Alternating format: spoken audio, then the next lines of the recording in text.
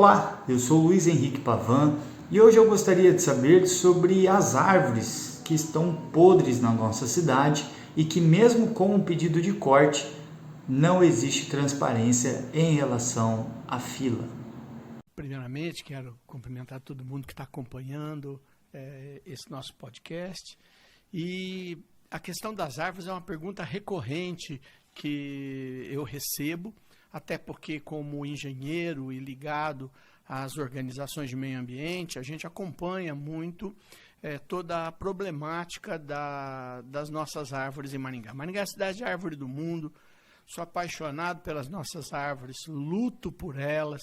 Sou daqueles que queria estar com a mão numa árvore, protegendo ela o quanto poderia. Mas, como todo ser vivo, ele tem o seu início, meio e fim. E, para isso, você tem que ter planejamento. Senão, a gente nunca vai conseguir resolver o problema. E planejamento se faz com técnica. E também existem as questões emergenciais. São aquelas que surgem. Você imagina que com o último temporal em Maringá, 65 mil unidades ficaram sem energia elétrica. O que aconteceu? Foram nossas árvores que caíram em fios, que caíram em transformadores e talvez algum poste que não resistiu à velocidade do vento, que foi extremamente alta. E como é que a gente resolve isso? Olha, primeiro que na atual conjuntura, com a lista que já existe de árvores com pedidos, nós precisamos, mais do que uma força-tarefa, nós precisamos mudar o sistema. Na minha maneira de enxergar, em primeiro lugar, valorizar o profissional da área do meio ambiente, o profissional que é especialista, permitindo que a pessoa faça o atestado da árvore. Então, hoje, isso não é permitido por lei. Somente o funcionário da prefeitura pode dizer se aquela árvore, de fato, precisa ser retirada ou não e que tipo de poda ela vai receber, porque a árvore tem que ser podada de maneira adequada. Esses dias mesmo eu estive com um caso terrível, onde a pessoa, não sendo atendida, podou a árvore do jeito que ela achava que devia fazer, condenou a árvore, eles tiveram que arrancar a árvore que era sadia e grande para plantar uma nova. Então isso tudo exige técnica e exige conhecimento. Mas nós temos profissionais. E aquele cidadão que quer poderia contratar o profissional que emite um documento técnico. Ah, mas isso pode acontecer da pessoa fazer um laudo forjado. Ora, isso é crime. Qualquer pessoa faz uma casa, ela não é um funcionário público que atesta se a estrutura está boa. É um profissional de engenharia. E se ele fizer errado, ele vai ter que pagar por isso. Ele emite um documento técnico por isso. E assim nós temos que fazer com que os profissionais sejam valorizados e a fiscalização, olha, isso aqui parece estar errado, pede os laudos do engenheiro que atestou e aí pune o cidadão. Para isso existem os conselhos regionais de engenharia e de arquitetura, para poder fiscalizar a profissão. Então, se eu fizer isso, primeiro que eu vou ter muito mais gente dando laudo para saber se a árvore está ou não com problema e qual é a solução para aquela árvore. Coisa que hoje demora muito tempo. Você faz o pedido, tem que esperar a fila do cidadão que vai lá fiscalizar a árvore, para depois ela ir para o setor que vai fazer a ação de retirada e de replantio, que é fundamental para a nossa cidade. Então, se a gente terceirizar esse serviço para a área de engenharia, e se nós fizermos uma espécie de concessão, por que a prefeitura tem que receber o dinheiro e depois ela tem que fazer isso? Por que ela não faz o que ela está fazendo com a PPP da iluminação com as árvores? Aí você vai ter equipes de planejamento e você mantém uma pequena equipe emergencial para casos como aconteceu desse temporal com ventos de 100 km por hora, e aí não tem solução mesmo, árvores sadias também vão cair e a gente vai ter que tomar e ter equipes extras. Então é possível, mas tem que mudar o conceito. Não dá para ser com aquela equipe. E aí é até duro, né? Porque a equipe começa a receber pedido de quem? Do vereador, do secretário, do amigo do vice-prefeito, do amigo do fulano, do amigo do próprio atendente, que começa a dar prioridade. Então a gente precisa ter um outro sistema. E ao mesmo tempo, quem está pedindo preferência, porque às vezes tem preferência mesmo, o cara está desesperado, corre lá na porta de um vereador, pô, o vereador está caindo a árvore, o vereador vai lá e vê, ele tem obrigação de pedir também. Só que o sistema tem que ser outro. Se a gente tivesse o sistema de uma concessão, a pessoa receberia por árvore, tomaria providência, outros poderiam dar laudos e nós avançaríamos muito no atendimento. Não seria certamente zerada todas as dificuldades, mas nós, no máximo 2 anos, teríamos um novo universo de cuidado das nossas árvores e de replantio.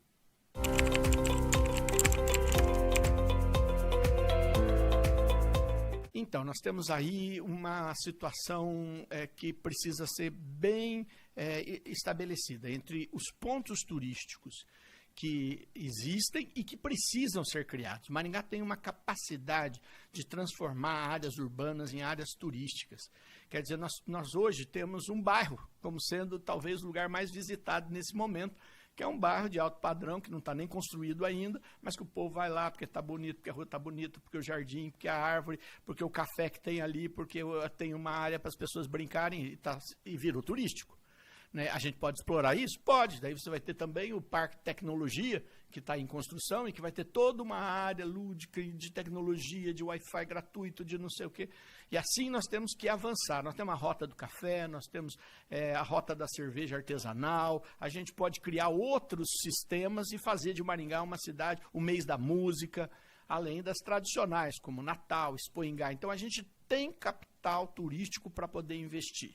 E aí a gente precisa saber melhor trabalhar com eles, como a mesquita, como os nossos templos budistas, que são áreas importantes. Já os nossos parques, os nossos bosques, eles têm uma limitação turística. Por quê?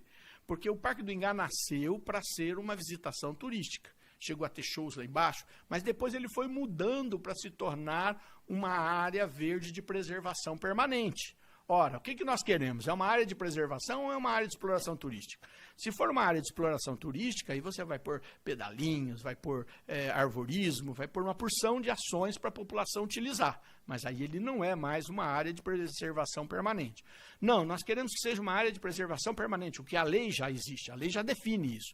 Então as pessoas visitarão, mas o que elas visitarão? Elas visitarão a natureza. E aí a gente pode melhorar muito para poder fazer essa visitação da natureza. E é óbvio que o nosso lago do Parque do Ingá ele é fundamental. E apesar dele ter acabado por ficar em uma condição seca muito grande, e é provável que quando a seca vier, porque o clima está extremo no mundo todo, então vai voltar a ter uma seca grande, a gente fica pensando, será que não vai ter mais nada ali? Não, a gente tem instrumentos para resolver, tem uma pesquisa contratada, e nesse ponto eu tenho que valorizar a gestão que contratou esse pessoal com grande experiência internacional para fazer o estudo, para criar esses tubulões que vão fazer com que a água retorne para o Parque do Ingá e a água também das galerias, uma vez tratada, tirados os metais pesados que vêm nela, tirados os riscos, poderem voltar para o parque. Então tem solução. Não é uma solução tão difícil, não é evidentemente que o mundo está secando, e aí se a Amazônia está secando, imagina como é que nós vamos fazer, mas é possível com não muito investimento e manter. Eu manteria ainda o Parque do Ingá como uma área de preservação permanente, assim como os nossos outros parques e bosques, mas com visitação e visitação da natureza, identificação da árvore, um guia para falar disso, áreas para as pessoas, porque a natureza e o meio ambiente está cada vez mais valorizado no interior do coração das pessoas que sabem que tem que entregar um mundo melhor para os seus filhos.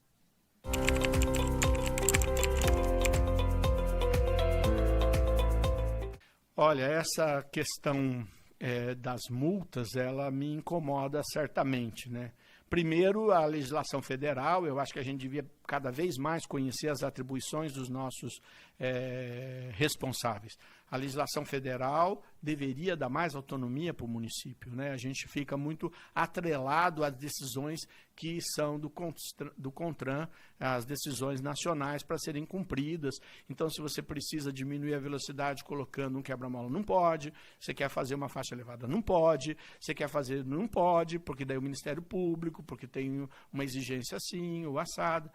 São 2 caminhos. Primeiro nós precisamos começar a perceber que o modal coletivo precisa ser valorizado. Menos carro na rua, menos moto na rua, porque isso vai trazer acidente e vai trazer um trânsito que não vai ter solução, porque só vai crescer, a população só aumenta. Então a gente precisa mudar. Para mudar vai dar transtorno. E a população tem que saber que não tem jeito de mudar sem dar transtorno. Por quê? Eu tenho que abrir espaço para que esses veículos possam passar, os veículos de coletivo, e também para quem pode usar outros modais, como bicicleta. Eu tenho um projeto como vereador que agora deve entrar já em funcionamento, que é o das bicicletas compartilhadas, onde as pessoas, se possível, gratuitamente, podem pegar a bicicleta e deixar no outro ponto, um patinete e deixar no outro ponto, para poder diminuir o movimento no centro da cidade, no eixo da cidade. De qualquer maneira, a gente fica muito impressionado com a quantidade de multa. Eu já falei com o secretário sobre isso. Falei, olha, eu estou andando numa rua que é 60 quilômetros, de repente ela vira 40, falei, já foi, já tomou a multa. Ele falou, mas passa perto da escola, a lei diz, quer dizer, ele tá na legalidade, a lei realmente diz isso. E a população também vive apressada, porque a gente vive atrasado, a gente vive correndo para poder chegar nos compromissos ou para atender a nossa própria agenda. Só que eu não acho que a multa é o melhor sistema para educar. Há muitos que discordam de mim, acham que a multa é o único caminho. Eles acham que se não doer no bolso, o cidadão não muda o hábito. Eu acho que é possível mudar o hábito com muito e extremo comunicação, educação, persistência. Não vai acontecer da noite para o dia, mas tem que insistir. Porque só multar não me parece ser a melhor solução. E Maringá tem se tornado um lugar onde todo mundo diz que é mais multado aqui do que em qualquer outro lugar. Não sei se é verdade, eu não tenho esses dados para informação. Eu acho que tem que ter algum tipo de diminuição de velocidade, de coibir a alta velocidade, de punir, mas a gente precisa estudar um pouco melhor se isso está atendendo os objetivos. Eu tenho minhas dúvidas também.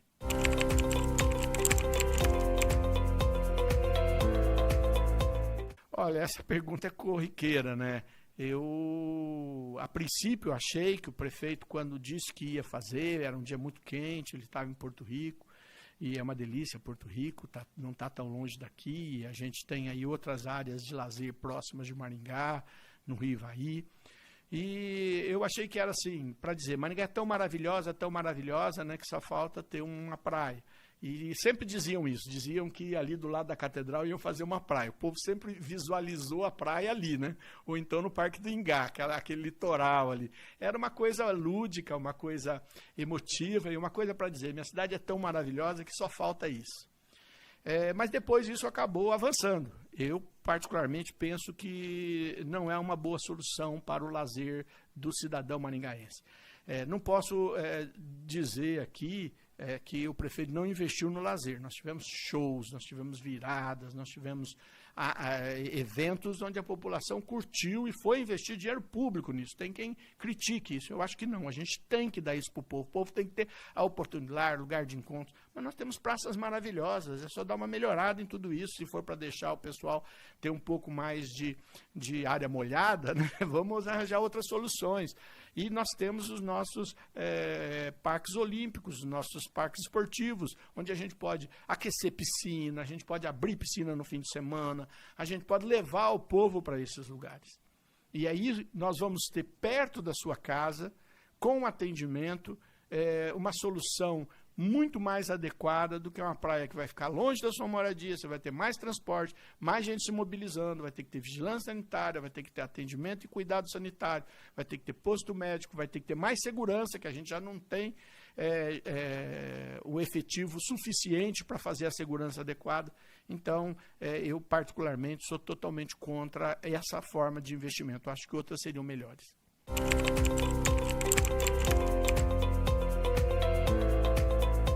Olha, primeiro eu quero assim, deixar registrado que na gestão do prefeito atual, ele saiu de 4.000 para 500, né? Então, quer dizer, ele teve um atendimento para as crianças de 0 a 4 extraordinário com essa proposta que ele fez. Claro, construiu também algumas unidades, mas principalmente porque ele fez essa parceria público-privada com as escolas privadas. A princípio eu fiquei com muita preocupação, por causa da questão pedagógica, por causa da qualidade que os nossos CMEIs têm, se encontraria nas escolas privadas essa mesma qualidade. Os nossos CMEIs são ainda melhores, né, com raras exceções. Os outros até podem ficar iguais, mas melhores não.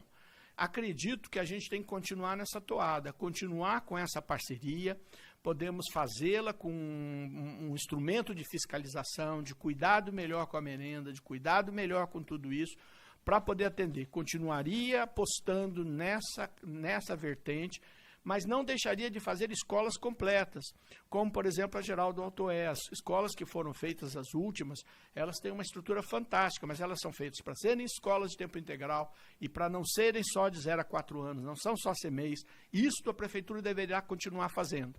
E eu digo mais, nós vamos ter um outro problema, né, que são os centros-dias, né?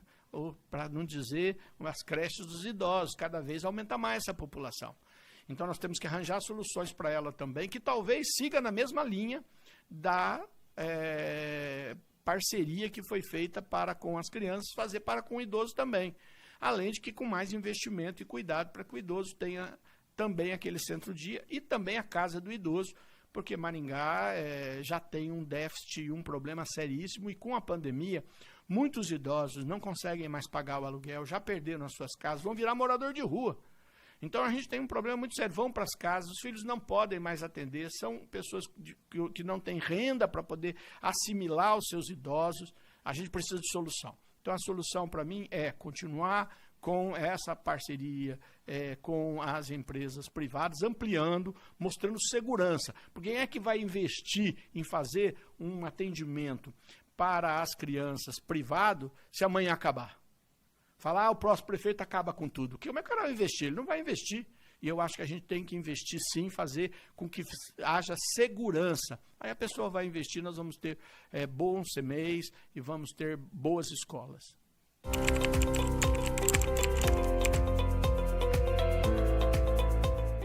A questão da organização administrativa da prefeitura, ela é muito séria.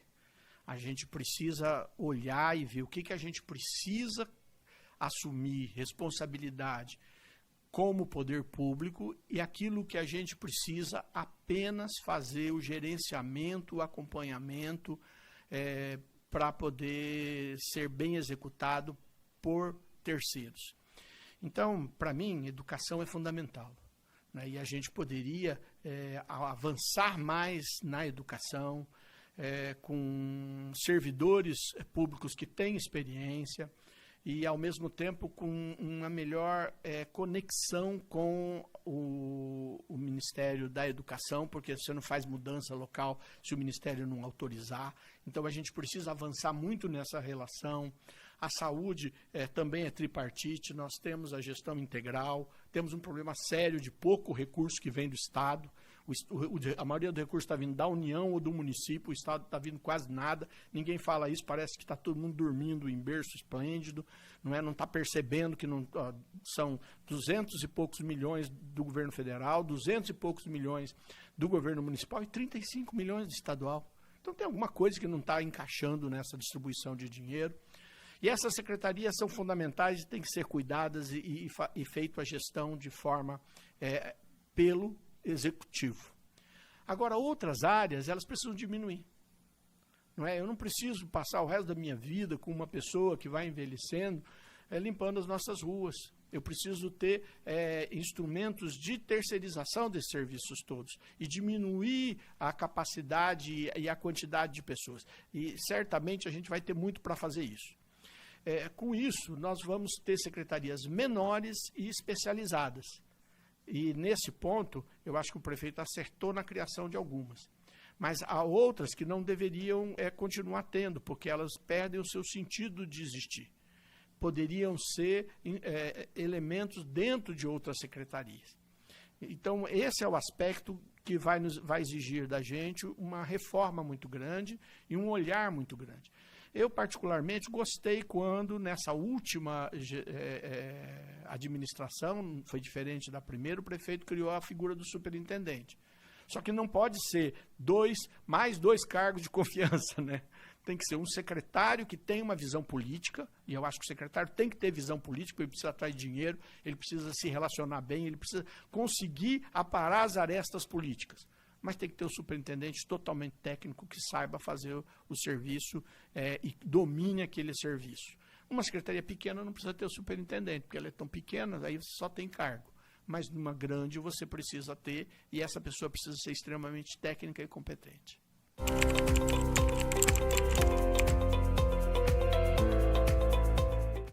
Segurança pública tem sido um problema no Brasil todo, e é necessário muito estudo para a gente ter soluções. Mas eu, por exemplo, saí extremamente frustrado, fiz vários eventos e encontros com os players do Estado, e o que eles diziam para mim? Os números de Maringá são bons perto de outras cidades menores. Quer dizer, então vamos arrebentar tudo, ficar tudo ruim, porque quando ficar ruim aí nós vamos ajudar vocês. Então eu achei isso uma falta de visão imensa do Estado, de não perceber que se está bom eu invisto mais para ter modelo para ser seguido. E isso significa o quê? Que quem nos representa não nos representa. Porque nunca foi lá e bateu na mesa e falou assim, a partir de agora votaremos tudo contra vocês até que vocês resolvam. Como é que pode uma cidade como Maringá estar sempre relegada para trás? Aí quando você conversa, a desculpa vem. Ah, mas vocês têm números melhores. Quer dizer, se os nossos números estão ruins, imagina como estão os números dos outros. Por outro lado, nós tivemos um problema seríssimo, porque para o meu conceito, a população tinha que ser desarmada. Eu já tive a oportunidade de viajar para outros países, você não arma, você não libera arma, você não acha que dá segurança armado, com exceção dos Estados Unidos, que tem uma cultura, e uma cultura de implantação do Estado americano, que tinha que se defender por si só, fora ele, lugar nenhum do mundo valoriza esse tipo de ação. Pelo contrário, a população se organiza e com organização e com uma polícia organizada e técnica resolve seus problemas. Foi o que disse, por exemplo, o palestrante que estava lá no Rio de Janeiro e disse assim, lá na Inglaterra, da onde eu venho, a polícia não está armada, o povo também não. Aqui 3 médicos tomando uma cerveja a 1h da manhã num lugar super público vão lá e matam eles.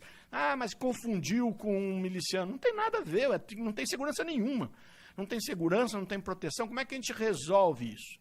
Bom, primeiro com uma mudança de mentalidade, mas essa mudança exige que haja participação do Estado. Porque é muito claro, a polícia tem a Polícia Civil, ela investiga. Quer dizer, depois que já aconteceu o problema. Então, ela precisa ser melhorada, é do Estado. Mas não, ela não vai nos dar segurança. Ela vai nos dar confiança. Quer dizer, um problema resolvido nos dá confiança. O que é que dá segurança? Polícia Militar, que tinha que estar presente, tinha que estar nas escolas, tinha que estar nos terminais. É ele que está presente, é do Estado. O que é que acontece? O Estado foi lavando as mãos, mas não passou dinheiro para o município. Não passou dinheiro. E aí o município foi pegando a sua guarda patrimonial, que tinha que cuidar do patrimônio, e foi passando a utilizá-la para fazer o serviço junto com a Polícia Militar. E com todas as dificuldades, se é armado, se não é armado, se tem câmera, se não tem câmera, se é visto, se não é visto. Quer dizer, esse processo está todo errado. Ele precisa de um novo pacto. Agora, sem dinheiro, querer que o município pegue dinheiro da educação, aí todo mundo vai reclamar, dinheiro da saúde, ninguém vai querer. Buraco que já está sobrando bastante em Maringá, também vai continuar. Porque nós temos que pôr o guarda que o Estado não quer pôr. Então, é um problema que tem que ser resolvido numa mesa e tem que ter coragem. E se for preciso romper com tudo, se rompe com tudo. O que não pode é deixar Maringá sem ser atendido. Eu fico observando outros lugares. Quando você acontece um problema, as pessoas procuram as câmeras, né? Para poder descobrir quem é. Por que elas não estão lá? Maringá tomou, com muita coragem, de criar uma central de monitoramento. Essa central de monitoramento tem a presença de 1 ou 2 policiais do Estado, porque senão não pode atender. Olha, isso é o fim do mundo. Na verdade, devia estar todo mundo ali junto e todo mundo com moto, com veículo, para na hora que vê um caso suspeito, chegar antes do delito ou próximo do delito. Ou estar lá presente para a pessoa, pelo menos, ficar com medo de cometer aquele tipo de ação. Então, tem solução. A solução exige muita coragem, exige uma relação com o Estado muito forte, de desafio, porque não dá para só transferir tudo isso para o município. Porque senão o município vai ter que ter um treinamento maior até do que da Polícia Militar.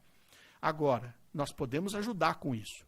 A melhor solução, sabe qual é, na minha opinião, é o dinheiro. Tira o dinheiro do Estado, passa para nós.